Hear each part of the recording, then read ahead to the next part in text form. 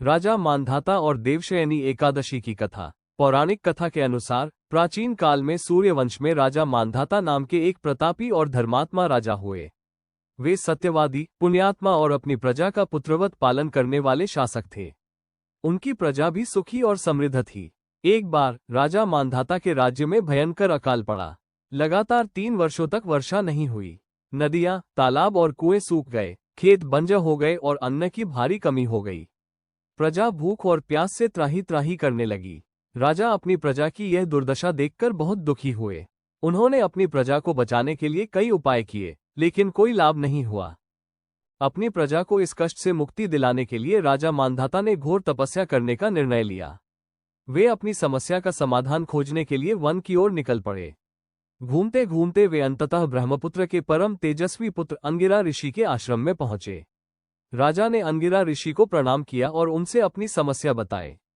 उन्होंने कहा, हे महर्षि, मैंने अपनी प्रजा को कभी दुख नहीं दिया, हमेशा धर्मपूर्वक शासन किया। फिर भी मेरे राज्य में इतना भीषण अकाल क्यों पड़ा है?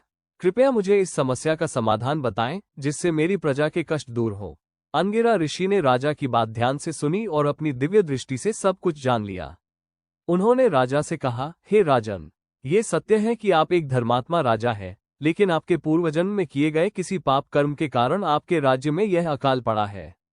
इसका प्रायश्चित करने और अपनी प्रजा के कष्ट दूर करने के लिए आपको आषाढ़ मास के शुक्ल पक्ष की एकादशी का व्रत करना होगा। ऋषि ने आगे बताया, यह एकादशी सभी पापों का नाश करने वाली और सभी मनोकामनाओं को पूर्ण करने वाली है। इस एकादशी को पद्मा एकादशी या देवशयनी एकादशी के नाम से जाना जाता है।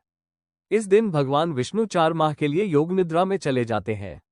आप विधि विधान से भगवान विष्णु का पूजन करें और इस व्रत का पालन करें। राजा मांधाता ने श्रद्धापूर्वक ऋषि के वचनों को सुना और वापस अपने राज्य लौट आए।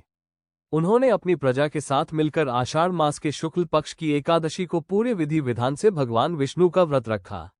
राजा और उनकी प्रजा ने सच्चे मन से भगवान विष्णु की पूजा की, दिन भर उपवास किया और रात्रि जागरण किया।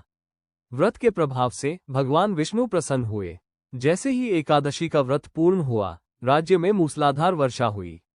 खेत फिर से हरे भरे हो गए, नदियां और तालाब लबालब भर गए और चारों ओर खुशहाली लौट आई। प्रजा के सभी कष्ट दूर हो गए और राज्य में फिर से सुख समृद्धि आ गई।